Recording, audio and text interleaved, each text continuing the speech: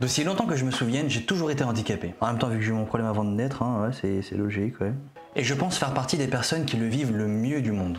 Mais d'un point de vue personnel, je ne me suis jamais vraiment considéré comme handicapé. Bien sûr, je sais que je le suis, mais au fond de moi, j'ai pas le ressenti d'être si différent des autres en fait. Depuis que je suis né, en fait, j'ai vécu beaucoup d'années dans des centres hospitaliers. Ah, c'est dur à dire, dans des centres hospitaliers. Depuis que je suis né, j'ai vécu beaucoup d'années dans des centres hospitaliers. Dans des centres hospitaliers. Ah! Depuis que je suis né, j'ai vécu beaucoup d'années dans des centres hospitaliers, dans des hôpitaux, je vais dire dans des hôpitaux. Depuis que je suis né, j'ai vécu beaucoup d'années dans des hôpitaux, entouré de personnes aussi handicapées. Il y avait des jeunes, des moins jeunes, avec un handicap physique ou mental. Et même pour vous dire, mon propre kiné était lui aussi handicapé. Il lui manquait une jambe.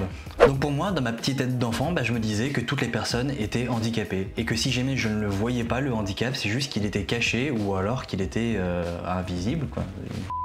Mais après quelques années, mon problème était résolu, donc du coup j'ai pu retourner dans la vie normale.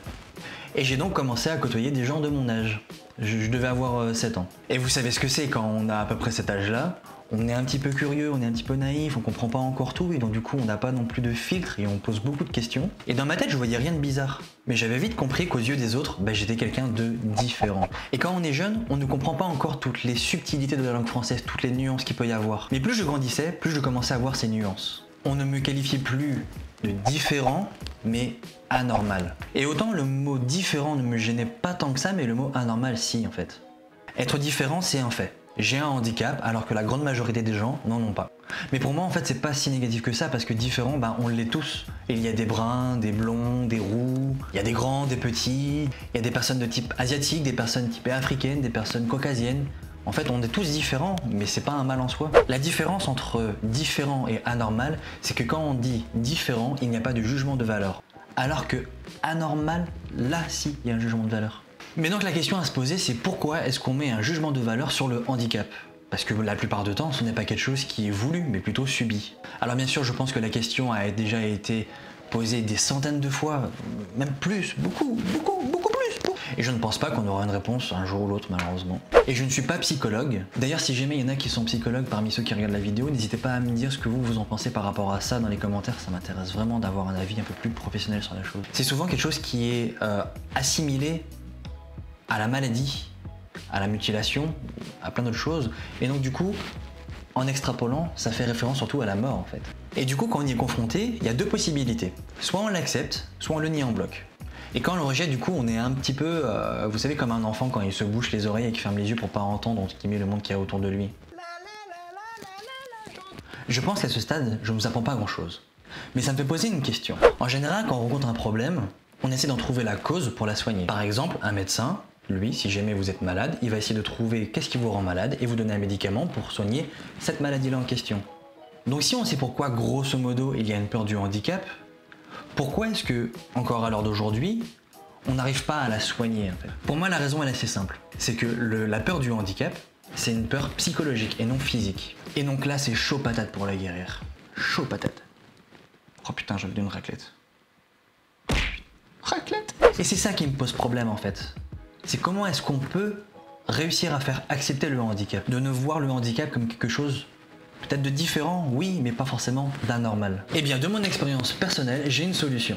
Oui, c'est pas forcément la solution de l'année, hein. C'est quelque chose d'assez obvious, mais on fait avec ce qu'on a. J'ai remarqué que plus une personne sera confrontée à un handicap, que ce soit par une famille, par un proche, un collègue, et plus elle sera au contact de ces personnes-là, moins elle sera gênée par le handicap. En gros, l'inconnu est inexistant et ça devient une habitude. Et le problème, c'est que les personnes en situation de handicap, parfois ont du mal avec ce jugement. Ils ont du mal à comprendre pourquoi est-ce qu'ils sont rejetés par une partie de la population, pourquoi on les agresse, alors que eux, c'est justement une situation qui peut être très douloureuse et très difficile à vivre. Et ça en arrive à un point où pour beaucoup de personnes, en situation de handicap, elles n'arrivent même pas elles-mêmes à accepter leur propre handicap. Et donc du coup, ça crée des problèmes. Et je pense sincèrement que pour aider les personnes en situation de handicap, et même les autres du coup, le mieux c'est d'en rire, d'en discuter, d'en jouer justement. Et malheureusement souvent dans les médias un peu traditionnels, donc que ce soit à la télé ou alors les réseaux sociaux, souvent c'est un peu du genre « Waouh, vous avez vu, elle a pas de jambes mais elle arrive à marcher. Waouh, franchement je l'admire tellement. » Et je trouve en fait que ça c'est un petit peu insultant en fait pour les personnes handicapées. Parce que c'est pas parce qu'on a justement un problème, une situation de handicap, un membre en moins, un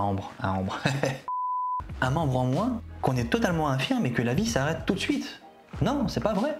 Parce que pour beaucoup de personnes, dès qu'on leur dit handicap, elles pensent tout de suite à la fin du monde. Elles pensent qu'on est tout de suite incapable de faire plein de choses, alors que non, en fait, on peut très bien vivre avec un handicap. Alors certes, ce ne sera pas aussi facile, justement, qu'une personne qui n'a pas de handicap, mais pourtant, elle peut quand même vivre.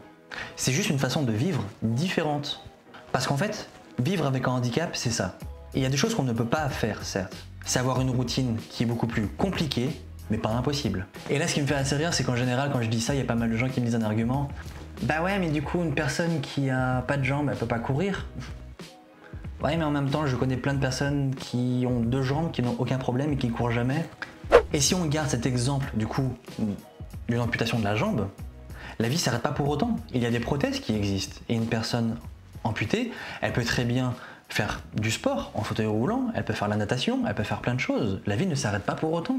Il faut juste réussir à apprendre à vivre d'une manière un petit peu différente que la plupart des gens. Alors d'aujourd'hui, même si mon problème est résolu, j'ai toujours ce handicap. Mais pourtant rien ne m'empêche de faire du sport, de me balader, de voir des amis, d'avoir une vie sociale, de faire mes courses, de conduire, de faire des photos, d'aller voir des concerts, de faire des concerts aussi parce que je joue devant des gens, de faire plein de trucs.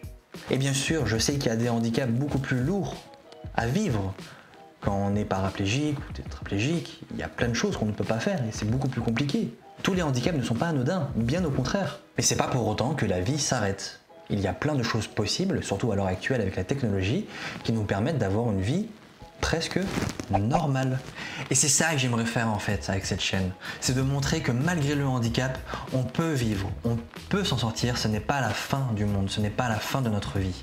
Il y a plein de choses à faire, il y a plein de façons de pouvoir en rire. Et si déjà même les principaux concernés n'arrivent pas à accepter le handicap, alors qui le fera à leur place? Et avec cette chaîne, c'est ça que je veux montrer, c'est que j'ai une vie comme tout le monde. Et bien souvent, j'ai même remarqué que ce sont même les personnes en situation de handicap qui elles-mêmes arrivent à avoir une vie beaucoup plus intéressante et à vivre beaucoup plus de choses que les personnes non handicapées. Et si jamais un jour j'arrive à faire accepter le handicap par certaines personnes, si jamais j'arrive à faire en sorte de détruire un petit peu ce tabou en fait qu'est le handicap, alors j'en serai content. Avec un handicap, on peut quand même vivre et être heureux. Et n'hésitez pas à partager cette vidéo, parce que si tous ensemble on arrive à parler du handicap, alors on arrivera à le faire accepter par beaucoup de personnes. Abonnez-vous, lâchez un commentaire, et allez, souriez, vous êtes en vie.